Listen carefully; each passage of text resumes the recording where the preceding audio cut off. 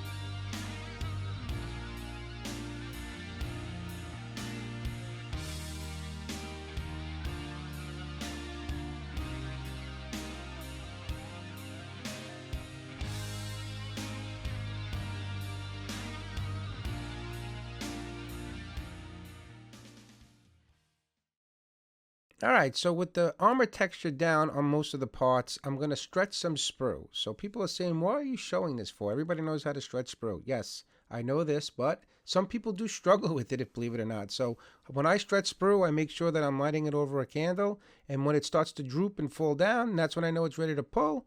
You pull out straight, let it set, drop it, and cut it. Now the reason why I'm using stretch sprue is because I like to fill in any gaps or seams with stretch sprue and to sand it and blend it in, especially underneath armor texture. So here I'm putting the bottom part of the turret on. Now this is a good example of poor planning because I should have known to make the entire turret knowing that I would be able to fit the main gun in after the turret was made.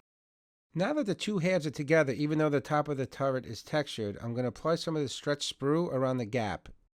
I'm going to first use my X-Acto blade to try to get it in position. And once it's in position and in order, I'm going to put some more extra thin cement on it to melt it into the gap.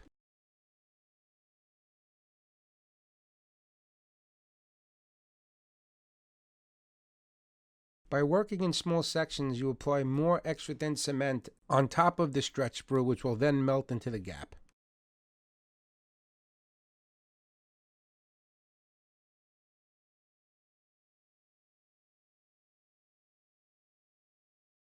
Once the sprue is in place, just use your X-Acto blade and cut the sprue. Now we're going to do the same thing here on the bottom edge of the turret. This is where the back hatch will be, and there's some small gaps that also need filling with stretch sprue and extra thin cement. So the same process that we did around the turret, we're going to do on the back edge of the bottom of the turret as well.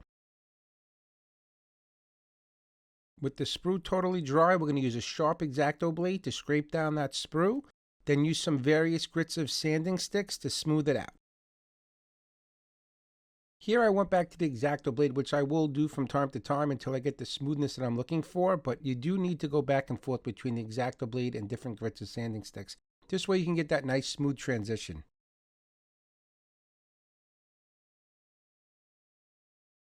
Because of the poor planning of the construction of the turret and me texturing it first before applying these details, I now have to put the side turret piece on. It's not a big deal because I'm going to be able to blend it in, but this is a step that I should have did prior to texturing the upper part of the turret. Just like the gap on the side of the turret where you join the two parts, there's another gap here where the side wall is placed. And again, I'm going to use stretch sprue melted in with Tamiya Xtra Thin. This is going to blend this piece right in, and a little sanding, and you'll never know it was there. With the tip of the X-Acto blade, you can easily move the stretch sprue into position and put it where it needs to go.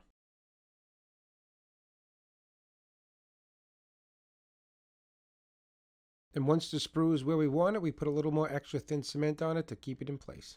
And when it's all dry, we come in with either a sprue cutter or an X-Acto blade and cut off the excess. Here again, we're using our X-Acto blade to blend in the sprue into the plastic.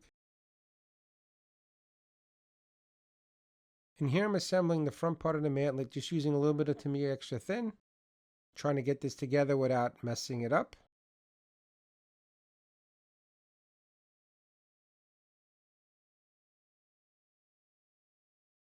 And once it's assembled, we're going to use some stretch sprue and some Xtra Thin again. This is how we're going to close up all the gaps on these parts.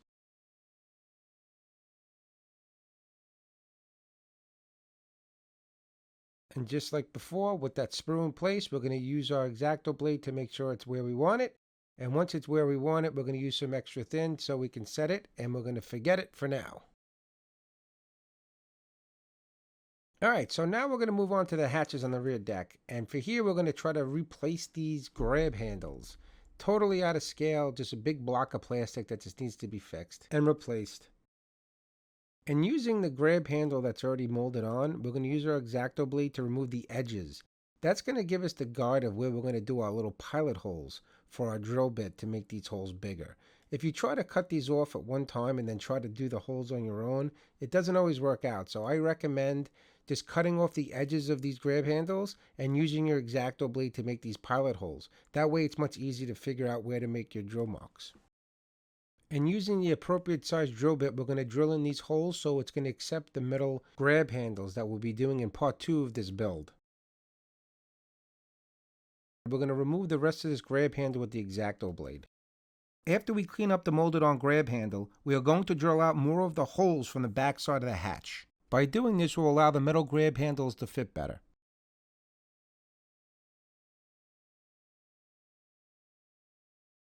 Now that the holes are drilled out, we'll go in with the sanding stick and we'll sand it smooth.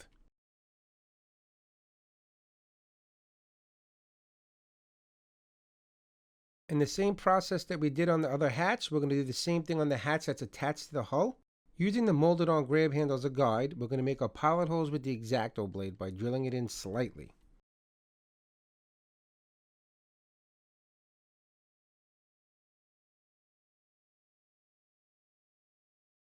Once those pilot holes are made with the X-Acto blade, we go in with the drill bit.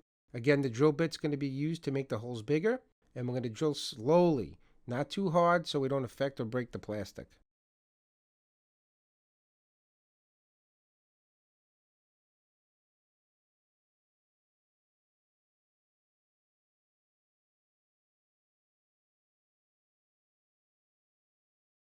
Now that the holes have been made, we go in with the X-Acto blade to clean up the rest of the plastic grab handle. We have to ensure that we're doing this slowly and not too fast because you can damage the rest of the plastic.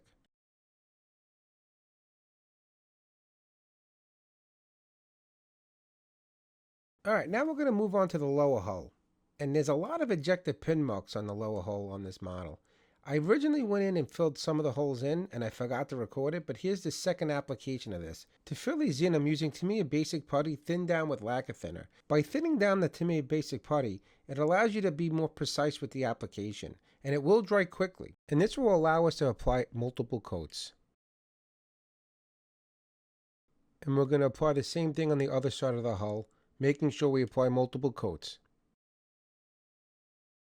You can see here I also applied armor texture to the lower hull, and I didn't record it, but it was applied in the same way as the turret in the upper hull. With the Tamiya Basic Putty now dry, I'm going to use various grit sanding sticks to smooth it out.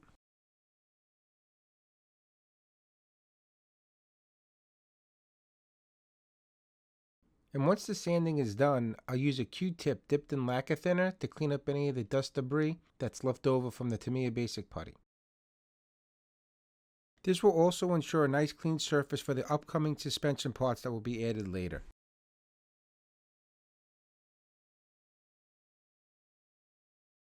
With the Mr. Surfacer 500 fully cured on the upper hull, we will first take a 400 grit sanding stick and lightly sand and knock back the high points of the surfacer.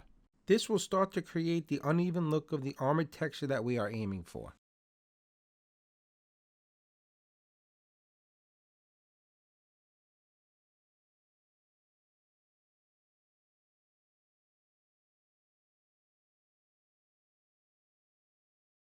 Off camera, we added the Mr. Surfacer 500 to the bottom and side of the turret.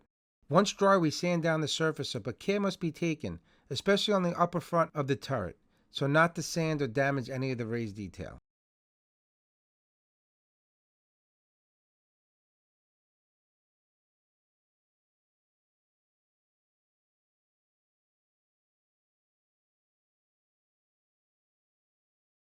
We also lightly sand down the surface on the front glacis plate, also ensuring we don't sand or damage the Hotchkiss nameplate.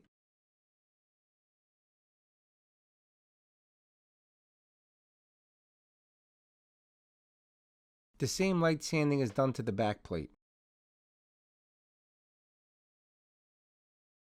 as well as the engine hatch, the rear turret hatch, and front driver's hatch parts. And we put all these textured parts to the side to attach later. With most of the upper hull textured, we will assemble the lower hull. In typical Tamiya fashion, the lower hull is broken down into multiple parts. We will first need to attach the centerpiece, which will act as support for the side parts of the lower hull. But before applying glue to any of the parts, you should first test fit each part to ensure it fits correctly. If any of the parts do not fit, this is the time to make any corrections needed. If the lower hull is not built square, the upper hull will not fit correctly. Apply the glue in areas where the two parts will meet, making sure not to apply too much glue or you risk it spreading out between the gaps.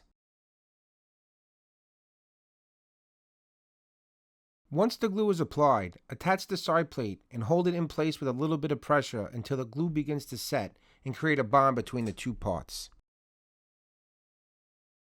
With the parts in place, I decided to add a little more Tamiya Xtra Thin to areas where the side plate and lower hull plate meet. This will help create a stronger bond on the parts.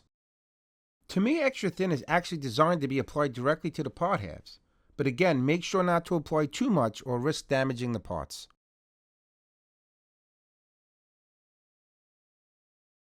With the left side hull plate attached, we follow the same steps while attaching the right lower hull side.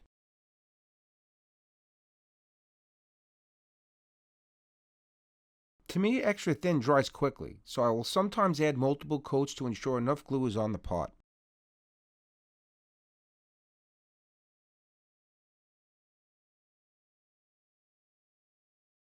With the glue where it needs to be, I attach the right side lower hull, again applying pressure to ensure a good bond.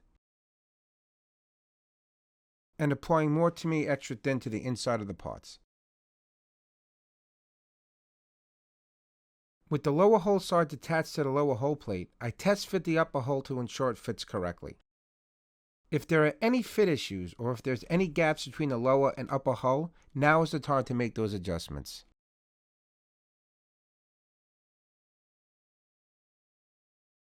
We now move on to attaching the front glacis plate to the lower hull. Just as the side plates, I apply a few coats of Tamiya Xtra Thin to both sides and bottom of the lower hull.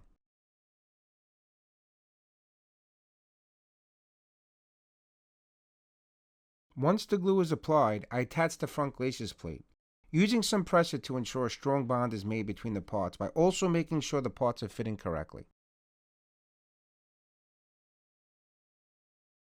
The same steps are used to attach the rear plate. First test fit, then apply the glue, then attach the rear plate.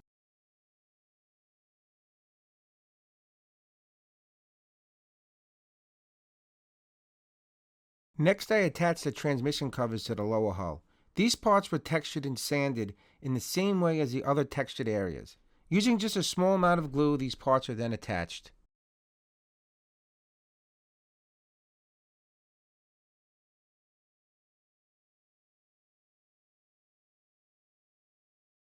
Now that the front glacis plate and other parts have been attached, I will need to blend these gaps together. Following the same steps as we did with blending in the turret halves, I will first apply some Tamiya Xtra thin to the area, followed by putting the previously made stretch sprue in place. Again, using the X-Acto blade to ensure it is positioned correctly. Once in place, we then apply more Tamiya Xtra thin, and then cut the remaining stretch sprue with the X-Acto blade.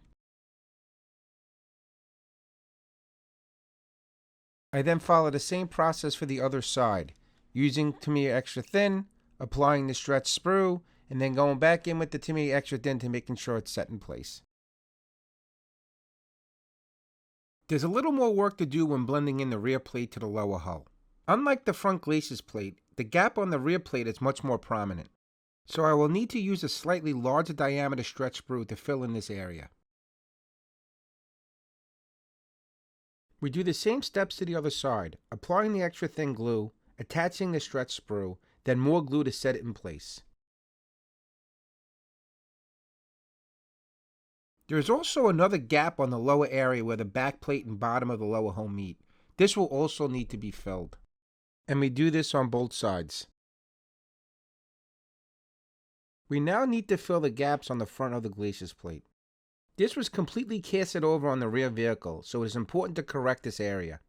We do this in the same way as the other parts that we previously filled, by applying extra thin, then the stretch sprue, and then more extra thin. It is a tedious and repetitive process, but it is well worth it in the end.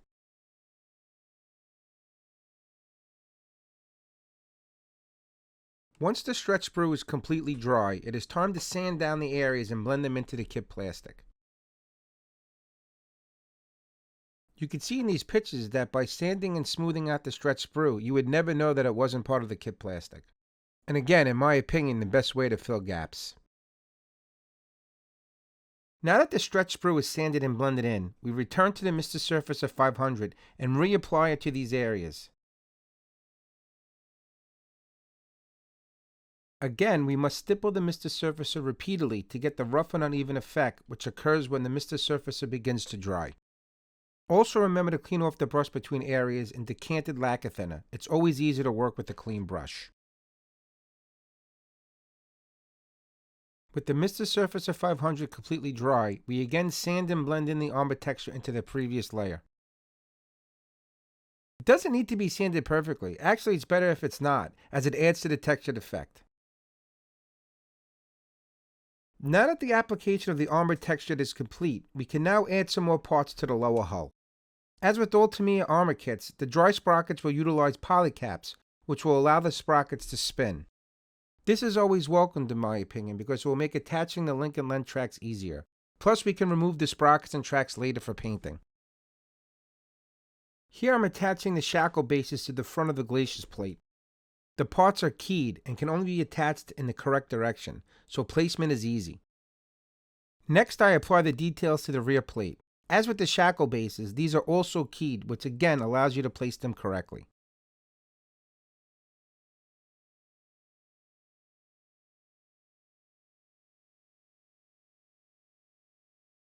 To finish up part 1 of this build is the idler wheel arms. They are side specific and can only be attached on the proper side.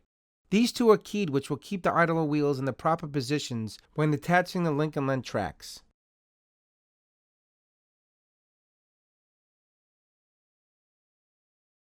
Alright, that's it for part 1. I had a fun time building this kit so far. I'm going to end the video with some high-res pics of the work we did in this video, showing all the armor texturing and assembly that was done. In typical Tamiya fashion, the molding is outstanding and absolutely has no fit issues. The H39 is just as good as their previous French releases of the Char B, the Samoa, and R35, which is saying a lot since I believe these kits are some of the best in Tamiya's 135th armor line. In part 2, we will be finishing up this project by building and attaching the suspension and link and lens tracks. We will also be completing the hull and turret details, as well as the fenders and tool placement. So all the details for this kit and all the products used will be listed in the description below. So also like, share, and subscribe. Hit that notification bell so we can get this channel to grow, and we appreciate the support. You can see the full build of this H39 in the May 2025 issue of Military Modelcraft International. Also, you can listen to me as well as my fellow co-hosts on the Modeling Insanity podcast, which you can find on Spotify, Apple, Amazon, and other podcast hosting companies, as well as the Quarter Scale Madness podcast, which focuses everything on 1/48 scale and quarter scale models. I appreciate everybody watching, and look out for part 2 of the full build of the H39.